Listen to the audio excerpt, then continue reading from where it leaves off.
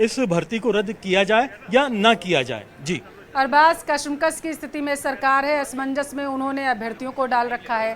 देखिए, याचिकाकर्ता के वकील यहाँ पर आ गए हैं, हरेंद्र हमारे साथ हैं। सर, क्या रहा? जी जी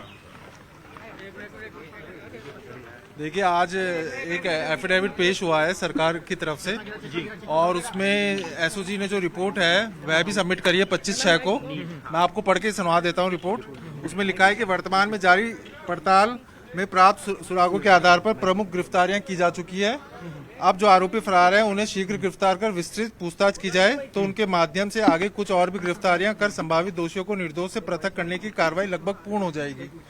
हमारी ओर से जांच को और तेजी और प्राथमिकता से बढ़ाया जा रहा है ताकि सभी दोषियों के विरुद्ध ठोस कार्रवाई शीघ्र सुनिश्चित की जा सके। अभी भर्ती को रद्द करने के लिए इसी रिपोर्ट पे जो सब कमेटी की बैठक हुई थी उसने भी रिपोर्ट दी है, और उसको मुख्यमंत्री साहब ने भी उसमें यस बोल दिया है। उस रिपोर्ट में कहा गया है कि अभी भर्ती को रद्द करना प्रीमैच्योर होगा, प्रतिकरण चल रहा है, और जो भी हमने हटाए हैं उन जो भी हटाए हैं 60 लोगों को, उन सीटों को खाली मानते हुए आगामी भर्ती में जोड़ दिया जाए, और जो भी प्रभावित पक्ष है उन्हें एज में रिलैक्सेशन दे दिया जाए।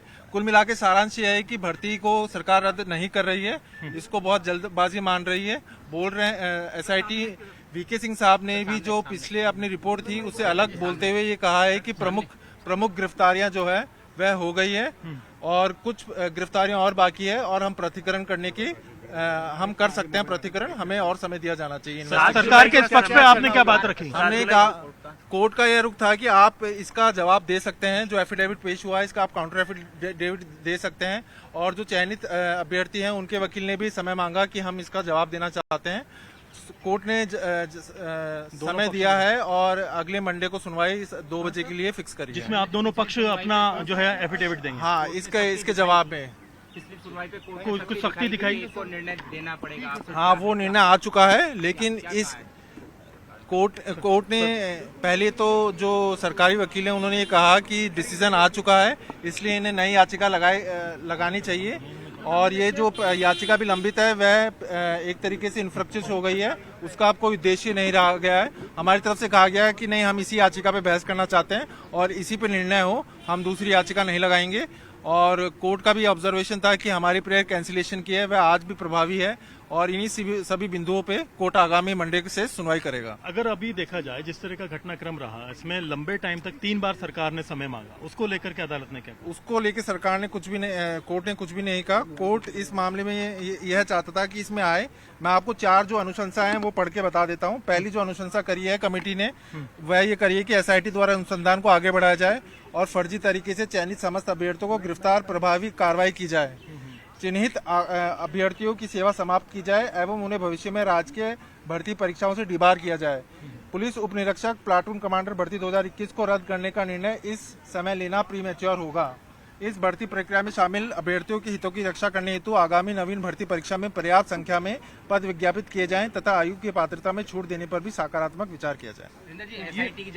और इस रिपोर्ट पे माननीय मुख्यमंत्री साहब ने भी यस कर दिया है, इसको अप्रूव हो गई है रिपोर्ट। तो अभी की जांच कब तक पूरी कर लेगी, इसमें कुछ टाइम? उन्होंने एसआईटी ने जो पुरानी रिपोर्ट थी उसमें बदलाव थोड़ा करते हुए, जो भी वो अभी हमारी बहस का है, उन्होंने कहा है कि जो प्रमुख गिरफ्तारियां हैं वह हो चुकी है, और इसमें अब जो भी है प्रतिकरण किया जा सकता है आगामी कुछ दिनों में, तो जो कि बिल्कुल गलत है। क्योंकि मैं आपको बता दूं 12 ऐसे आरोपी हैं जो वांछित आरोपी हैं जिन पे 1 लाख का इनाम है, और 84 अभ्यर्थी ऐसे हैं जिनके खिलाफ 178(3) में इन्वेस्टिगेशन पेंडिंग रखा गया है।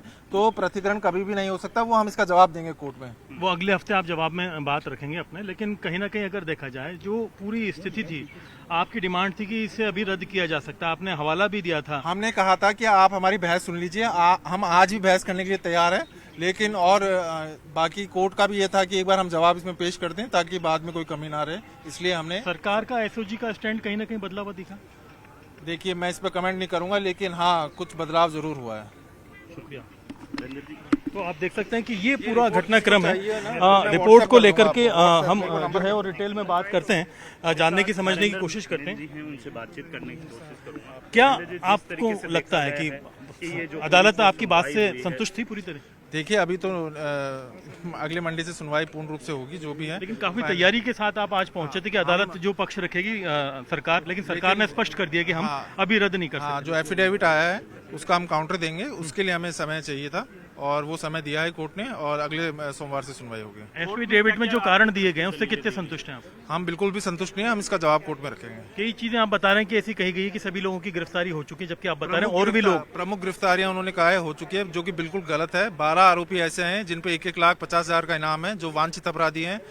वो कितने सैकड़ों का नाम लेंगे वो भगवान ही जानता है। कनेक्टिविटी में कितने लोग आएंगे, कड़ी से कड़ी जुड़ेगी। और 84 लोग ऐसे हैं जिनके खिलाफ इन्वेस्टिगेशन लंबित है, जिसमें 16 सब इंस्पेक्टर्स भी हैं। तो मुझे नहीं लगता कि पृथकीकरण कभी भी संभव है। इसलिए एसओजी ने पहले रिपोर्ट दी थी पिछले साल अगस्त में कि पृथकीकरण संभव नहीं है, इसमें वर्ष लग सकते हैं पृथकीकरण करने में। अब अचानक क्या हुआ या ये कौन सा प्रेशर आया, ये इसका हम कोर्ट में जवाब देंगे। नेक्स्ट वीक आप जो है 7 जुलाई को जी 7 जुलाई मंडे को सुनवाई है। ठीक है, आप देख सकते हैं कि 7 जुलाई को अगली सुनवाई होनी है और जो पूरा घटनाक्रम रहा उसमें जो महत्वपूर्ण बिंदु हैं, 4 पॉइंट जो हरेंद्र ने हमें बताए, जो सरकार की ओर से एफिडेविट पेश किया गया है वो बहुत महत्वपूर्ण है, जिसमें एसआईटी द्वारा अनुसंधान को आगे बढ़ाया जाए और फर्जी तरीके से चयनित समस्त अभ्यर्थियों को गिरफ्तार कर प्रभावी कार्रवाई की जाए। दूसरा जो पॉइंट था, चिन्हित अपेक्षित अभ्यर्थियों की सेवा समाप्त की जाए और उन्हें भविष्य की जो राजकीय सेवाओं से डिबार किया जाए। तीसरा पॉइंट था, पुलिस उप निरीक्षक प्लाटून कमांडर भर्ती परीक्षा 2021 को रद्द करने का निर्णय इस समय लेना प्रीमेच्योर होगा। चौथा पॉइंट था कि इस भर्ती प्रक्रिया में शामिल अभ्यर्थियों के हितों की रक्षा करने हेतु आगामी नवीन भर्ती में पर्याप्त संख्या में पद विज्ञापित किए जाएं और आयोग की कमेटी ने रद्द नहीं करने की सिफारिश की है, ये भी जानकारी निकल करके सामने आएगी।